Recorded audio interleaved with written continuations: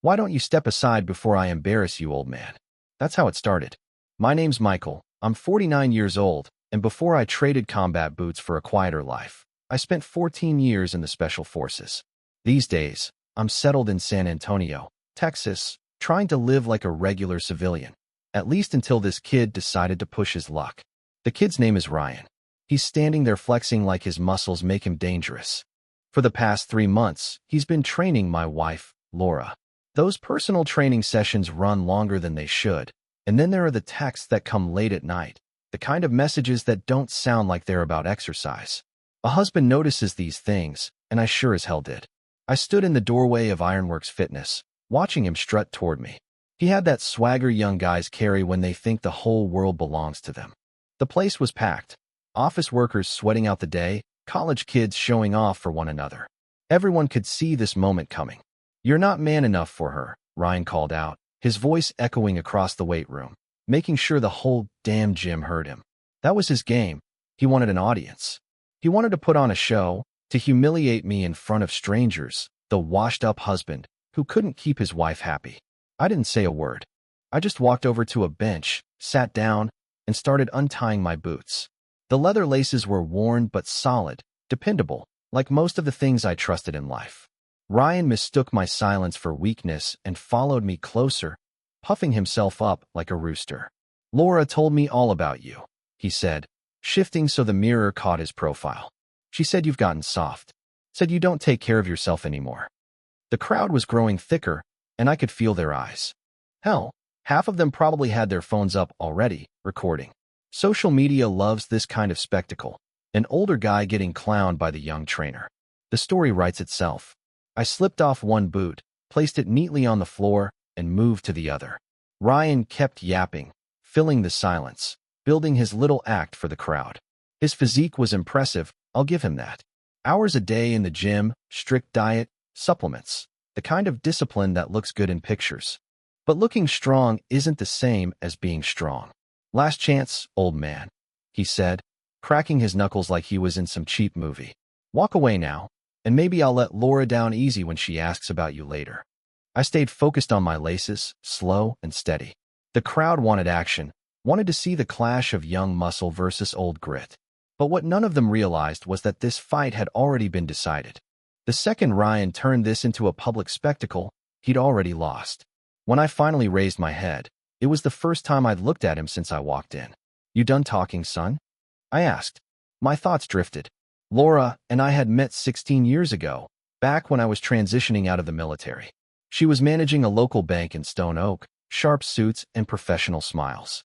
She had the kind of patience I envied. We married 2 years later, bought a house in Stone Oak, started talking about kids that never came. The military had trained me to spot patterns, to notice when behavior shifts. Laura's habits had been changing for months. More time at the gym, new clothes that showed more than they used to, a colder tone in her voice when she talked about her day.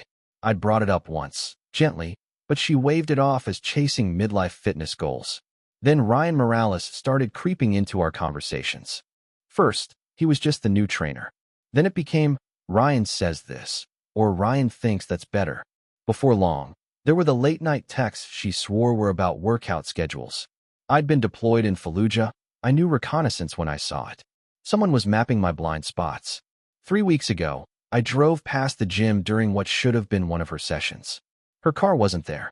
Later, she told me she'd switched to mornings, but her gym bag hadn't moved in days, and she came home smelling of perfume instead of sweat. That's when I really started watching, like I used to skin rooftops and alleys overseas. She'd rush straight into the shower after coming home, even though she claimed she'd already showered at the gym. She started leaving her phone face down at dinner. Small move, but telling. Then yesterday, I spotted them together at a coffee shop in downtown San Antonio. Not the gym, not a workout. Just her laughing at something he said, her hand resting on his arm in a way wives don't touch their trainers. They didn't notice me, but I noticed everything. Ryan probably thought he was the first young man to steal an older woman's attention, thought his youth and muscles gave him an advantage I'd lost. What he didn't know was that Special Forces training isn't just about push-ups and endurance. It's about patience, timing, and applying pressure when it matters most. The signs had been there for months, and I ignored them. That's on me. I trusted when I should have verified, gave her the benefit of the doubt when I shouldn't have. But Ryan? His mistake was bigger. He turned this personal. He made it public. He made it about respect. And that was something I couldn't walk away from. I stood up, boots laced tight, ready for what came next. Ryan was still running his mouth, still putting on a show for his audience like he was the star of some cheap drama. He had no clue that the words spilling out of his mouth were about to cost him more than he ever thought possible. "So what's it gonna be, old man?" he asked, rolling his shoulders back like he was ready for a highlight reel. "You gonna do something, or just sit there like you always do at home?" That one hit different. Not because it stung. Hell, it didn't. But because it confirmed exactly what I'd suspected. Laura had been feeding him details about our life, about the kind of private things that should never leave a marriage. She'd painted me as some neglectful husband, the guy who didn't appreciate what he had. That wasn't just betrayal. It was insult layered on top of it. I finished tying my boots and rose slowly, stretching my back as if I had all the time in the world. Ryan mistook it for stiffness, for age creeping up on me.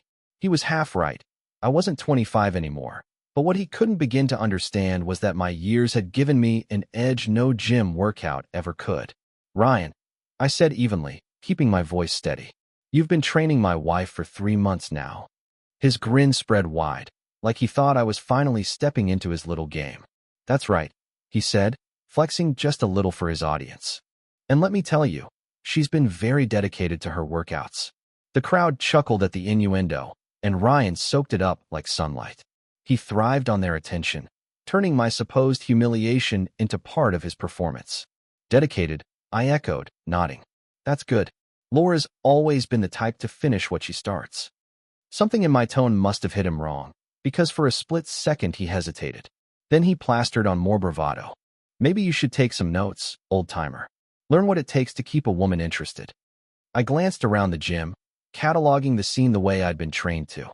41 people watching. Most of them had their phones out. 2 exits, one behind Ryan, another to my left. He was standing heavy on his front foot, leaning into a boxer's stance he'd probably picked up from YouTube. Great for posturing, terrible for fighting. "You know what 14 years in Special Forces taught me, Ryan?" I asked, rolling my shoulders loose. "Patience, knowing when to wait for the right moment." Ryan smirked, shaking his head like I'd just told a bad joke. "Special Forces? Yeah, right. And I'm a Navy SEAL." The crowd laughed again, cheering for their young bull, convinced they were about to watch him put me down. He started forward, no doubt planning to grab my shirt, maybe shove me around for the cameras. That's when I smiled. Not the polite smile I'd worn walking in. A different smile. The one my unit used to see right before we breached a door in Fallujah. The smile that meant it was time to stop talking and start acting. "You're right about one thing, Ryan," I said, shifting into a stance he couldn't recognize. "This is already over." He swung first, throwing everything he had into a right cross aimed straight at my jaw. He'd probably practiced it 100 times in the mirror. All muscle, no technique. I leaned just slightly to the left, felt the air whistle past my ear, and let his own momentum betray him. A light tap on his shoulder, just enough guidance, and he stumbled past me like a drunk. He slammed shoulder first into the weight rack, sending 50-pound plates crashing to the ground in a thunderous clatter. The noise echoed through Ironworks like an explosion, and the crowd roared with laughter and surprise. Ryan scrambled to his feet, his face red, his perfect hair disheveled. He glanced around, trying to figure out who had caught it on video, which, of course, was everyone. "Lucky dodge, old man," he growled, though I could already hear the wobble of uncertainty in his voice. "Was it?" I asked, still standing calm in the same spot. He came at me again, lowering his body like a football tackle. It probably worked just fine on other gym rats, the kind who fought like they'd seen it on TV. But I wasn't there when he arrived. I stepped aside, nudged his momentum along, and let him crash face first into the rowing machine. The thunk was solid, followed by the grunt as he bounced off the padded seat and sprawled on the floor. His confidence was bleeding out faster than the air in his lungs. "What the hell?" he muttered, pushing himself up, hair ruined, eyes full of confusion. "You're telegraphing," I explained calmly. "Drop your right shoulder every time before you punch. Lean forward before you charge. Basic tells." The gym was silent now, except for the steady chorus of phones recording from every angle. Ryan's image was unraveling in real time, his tough guy persona crumbling with each failed attack. "Stop dodging and fight me like a man," he shouted, lunging again in desperation.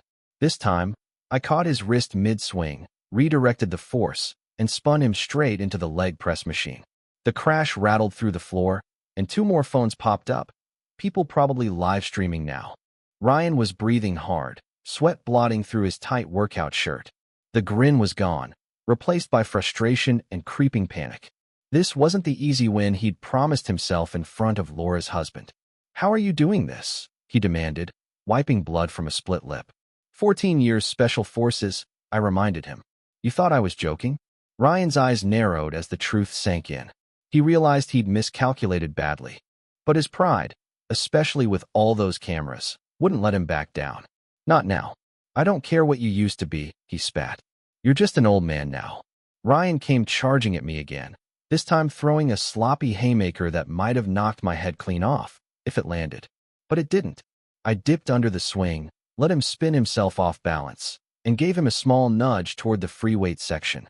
He stumbled hard, crashing into a rack of dumbbells, sending 20s and 25s rolling across the floor like bowling balls.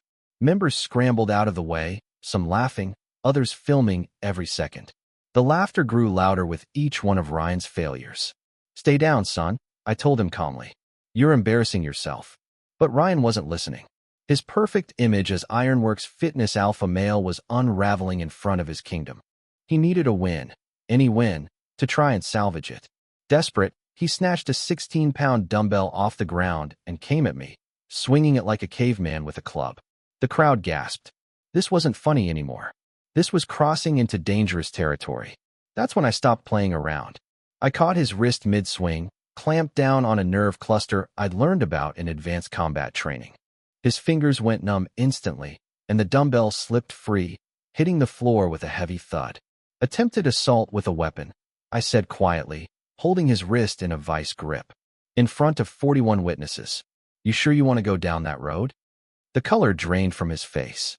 He tried yanking free, but he might as well have been pulling against steel. 14 years of military conditioning versus 3 years of mirror workouts. No contest. "Let me go," he whispered, his fight bleeding out of him. I released him, stepping back. He cradled his numb hand against his chest, his swagger replaced by fear. The same fear that had fueled this whole mess from the start. "You want to know what I really learned in Special Forces, Ryan?" I asked, raising my voice so everyone could hear. "I learned how to read people, how to spot threats, how to recognize when someone's been slipping information to the enemy." The gym went dead silent. Even the background music seemed to fade into nothing. "I've been watching you and Laura for 3 months, I continued. The coffee shop meetings that weren't training sessions.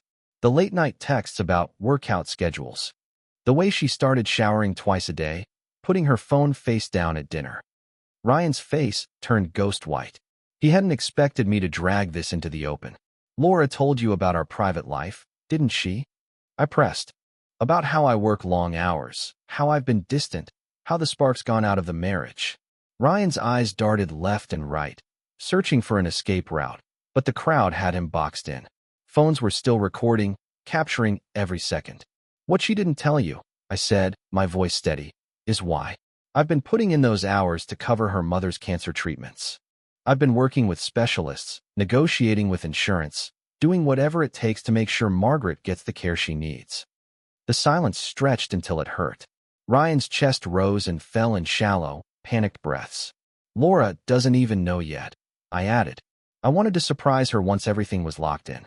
But maybe it's time she learns the truth about both of us." I pulled out my phone, scrolled to Laura's number, and hit speaker. The ringtone echoed through the gym. "Michael." Her voice came through, clear as day. "I'm just leaving the office. Is everything okay?" "I'm at Ironworks Fitness," I said, staring at Ryan. "Having a conversation with your trainer." There was a pause. "Oh, I can explain." "No need." I cut her off. "Ryan's been very educational. Told me all about your dedication to fitness, how committed you've been to those workouts." Ryan's head snapped back and forth, shaking violently, mouthing no at the phone. "Michael, please," Laura's voice cracked. "Let me come down there, and we can talk privately." "Actually, I think we're done talking," I said. Both of us. The crowd leaned in as I turned the knife. Ryan here was just explaining to everyone how he's man enough to take another man's wife. Weren't you, Ryan? Ryan's complexion went green, like he might throw up right there on the floor. The gym members ate it up, their cameras recording every second of his humiliation. Laura, I said firmly, you should probably find a new gym. And Ryan, you should start looking for a new career. I hung up and pocketed the phone. Ryan backed toward the exit, pale and broken, his reputation in tatters. But I wasn't done. Where you going, Ryan? I asked as he reached the front doors. Thought you wanted to embarrass me. He froze with his hand on the handle, caught between the ruins of his ego and the fear of digging his hole deeper. The crowd was still rolling tape, eyes locked on him. This is over, he muttered, barely audible. Just leave me alone. Oh, it's over, I agreed. But not the way you planned. I walked toward him, calm and steady, while he pressed his back to the door like a trapped animal. The same trainer who'd called me an old man 20 minutes ago was now a scared kid cornered in front of his own audience. You know what happens next? I asked, conversational, almost casual. All those videos, they're already uploading. Social media doesn't wait. By tomorrow morning, every gym in San Antonio will know about Ryan Morales. The trainer who got humbled by a 49-year-old man. The guy who couldn't land a single punch on someone old enough to be his father. His eyes went wide, darting toward the phones aimed at him. Reality was finally setting in. You set me up, he whispered. No, son, I said flatly. You set yourself up. I just gave you enough rope. The crowd erupted in cheers and laughter, their cameras catching every word, every movement, every ounce of Ryan's humiliation. Ryan's downfall was being captured from every angle, his whole tough guy image unraveling in real time. But I still had one more card to play. Oh, and Ryan, I added casually, you might want to take a look at your employment contract. Most gyms down here in San Antonio have morality clauses. Trainers getting involved with married clients? Bad for business once it goes public. His face drained of color, ashen and empty. He hadn't thought about that part. Please, he started, but I cut him off with a raised hand. The thing about consequences, Ryan, is they don't care about please. You made your choices. You wanted to play the man who could take another man's wife, do it in front of an audience, try to humiliate me. Now you get to live with what it costs. I stepped aside, leaving his path clear. But here's some free advice, I told him evenly.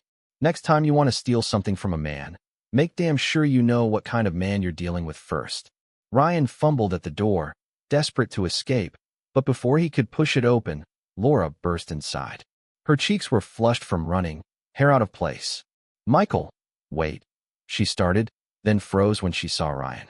Split lip, hair a wreck, eyes filled with panic. What happened? Your boyfriend tried to teach me a lesson, I said calmly. Didn't quite work out the way he planned. She looked between us, her eyes darting to the crowd with their phones raised, the dumbbells scattered across the floor, the equipment Ryan had bounced off. Ryan? She asked softly, uncertain. But Ryan wouldn't meet her eyes. His entire image, the confident, dominant trainer, was gone. What stood in front of her was just a scared kid who'd stepped way out of his league. This isn't how I wanted you to find out, Laura whispered, her voice small. Find out what? I asked. That my wife was cheating on me with a boy who can't even throw a punch? I figured that out months ago.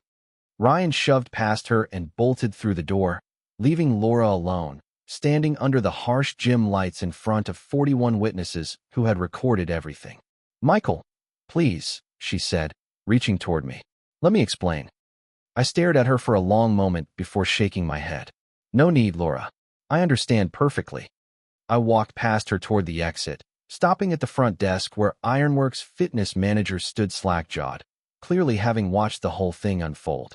You might want to review your trainer policies, I told him quietly, and maybe think about better liability insurance. Then I turned back to Laura, who was frozen in the middle of the gym, surrounded by phones documenting her humiliation. Laura, I said, raising my voice so the whole place heard. When you get home tonight, you'll find divorce papers waiting on the kitchen table. My lawyer already has the photos from your little coffee dates with Ryan and the text messages. Amazing what a private investigator can pull together in 3 weeks. Her face went white. You hired a detective? Special forces taught me to gather intel before engaging the enemy, I said flatly. Your boyfriend thought this was about muscles and swagger. You thought I was too old and tired to notice what was happening in my own house. You were both wrong. Laura's eyes darted around the gym, realizing her affair was now public knowledge, being streamed live into the same community she used to impress. The house is in my name, I continued. The cars? My name. The joint accounts? I closed them yesterday and moved the money, legally. Everything I've done is by the book. You can't do this, she whispered. It's already done, I said. Oh, and Laura? You might want to ask Ryan about his job. I doubt Ironworks will want to keep a trainer who brings this kind of publicity. I glanced once more around the gym. The faces of the crowd, the glowing screens, Ryan's abandoned towel and water bottle still by the rack, where his humiliation started. Enjoy your workout, I said, and walked out into the warm San Antonio night air. 6 months later, I was in my new apartment downtown, sipping coffee and flipping through the morning paper. An article in the business section caught my eye. Ironworks Fitness closes permanently after viral videos spark mass client cancellations. Apparently, Ryan Morales had tried to land jobs at other gyms across the city, but the footage followed him everywhere. 25 minutes of video had destroyed a lifetime of ambition. Last I'd heard, he was selling protein powder at a strip mall supplement shop, his dreams of fitness fame gone for good. Laura's life hadn't fared much better. After the divorce, she moved in with her sister. She fought for half the house, but with the evidence of her affair, she didn't have a leg to stand on. Texas law might call it no fault, but proof of adultery still carries weight when it comes to splitting assets. Me? I'd started running again. For the first time in years, I hit the trails at Eisenhower Park, feeling the burn in my lungs and the quiet in my mind. The wide Texas sky, the dry breeze, the sense of open space. It reminded me why I loved this state. My phone buzzed with a text from my sister in California. Saw the gym videos online. Proud of you for handling it with class. I smiled and slid the phone away. Those videos had gone viral, but not the way Ryan had planned. They'd become a lesson passed around on social media, a reminder of the difference between looking strong and being strong, between muscles and real discipline. That evening, I drove north of the city, parked my truck near the hill country, and watched the sun sink over the horizon. For the first time in months, maybe years, I felt something I hadn't in a long time. Peace. Ryan Morales' name became a warning story across San Antonio's fitness scene. His humiliation replayed endlessly online, ensuring he'd never reclaim the image he once tried so hard to project. Laura faced her own fallout, her betrayal etched into the community's memory. And me? I didn't need revenge anymore. I just needed patience. Because sometimes the strongest response to betrayal isn't anger or violence. It's standing still long enough for people to reveal who they really are and letting them choke on the consequences of their own choices.